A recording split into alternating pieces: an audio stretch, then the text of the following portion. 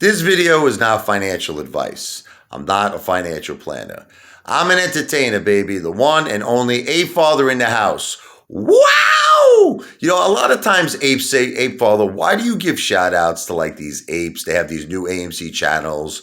Like they got like nothing, they got like, 5, 10, 15, 20 subscribers, whatever the case may be. Because to me, an ape is an ape, okay? I don't care. See, this is another thing. I don't care if you own 2 shares of AMC or if you own 2,000 shares of AMC. It doesn't make a difference to me.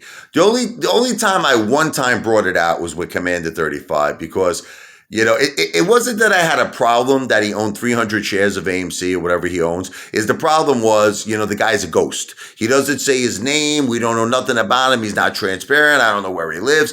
On these so-called, platforms that he's buying on, I don't see a name connected to it.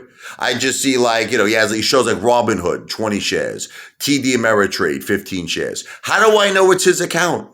But anyway, let's put that aside. So there's this AMC ape. He has a new AMC channel. It's called the AMC Socrates. Okay. Now the reason why he names himself the Socrates, AMC Socrates, he says he's a big thinker. He likes to overanalyze things, overthink things. Okay.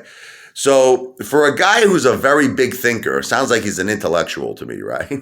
Okay, very analytical. Okay. How could you be so stupid to believe that he actually says it in his videos? He believed Lou has secret connections. This is what this guy, the AMC Socrates, believes. He's like, Lou doesn't want to, talk about his connections. He doesn't want to get into them. But believe me, he does have huge connections. All right. So this is the reason why the ape father wanted to debate Lou. You want to know why I want to debate Lou? Because look,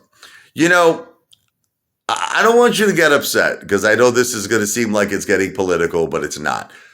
Look at Donald Trump for a second. Now, Donald Trump makes a lot of big claims. He does, right? You know who else made a lot of big claims? Muhammad Ali, okay? Made a lot of big claims. So let's talk about for a second. I actually want to make a comparison between Donald Trump, Muhammad Ali, and Lou, whatever his name is. First, it's Lou versus Wall Street, Lou on Demand, now The World According to Lou. I can't keep up. He keeps changing the names of his channels. God only knows why. So, okay. Donald Trump is like, look, I'm a multi-billionaire, right? I'm worth 5 billion, 8 billion, 10 billion, 20 billion. Okay. Even Forbes magazine's like, look, Donald, we can't verify these amounts that you're saying. We can't verify it. Okay. But you want to know what it is? Donald at least backs up what he's saying with like this whole world of Trump. And now let me explain to you what I mean by that. The guy's got he bought the Trump plane from Paul Allen, from Microsoft. He's got the Rolls Royce engines. Everything is gold on his plane. Like a $200 million plane. He's got buildings all over the world. Now, granted, a lot of them he doesn't own personally. They're licensing agreements. But it's just a fact. You see this guy's name everywhere. It's in Dubai, everywhere. All around the world. Manhattan, Florida, all around America, all different countries. I think at one time he was planning a big development even in Russia. I don't think it went through though, but he was going to put the Trump Tower in Russia. The point is the guy is world renowned. So when he makes claims, and of course, not to mention he was the 45th president, right, of the United States, but let's put that aside. The guy makes claims where they seem like, realistic. You can believe them because he's got all this billions and billions of dollars of properties all around, golf courses, everything, right? Okay. So now let's talk about Muhammad Ali. Muhammad Ali, I'm the greatest of all time, right? Okay. He kept saying it. No one's better than me. I'm the greatest. Nobody is better than me. Now, the thing is, you might think he would be a lunatic if he was saying all this stuff, but couldn't back it up. But he was the greatest of all time. He beat everybody. George Foreman, Joe Frazier. Come on. No matter who you put in front of this guy. Remember Sonny Liston? That's when he became the champ. Okay, back when he was Cassius Clay, he beat everybody.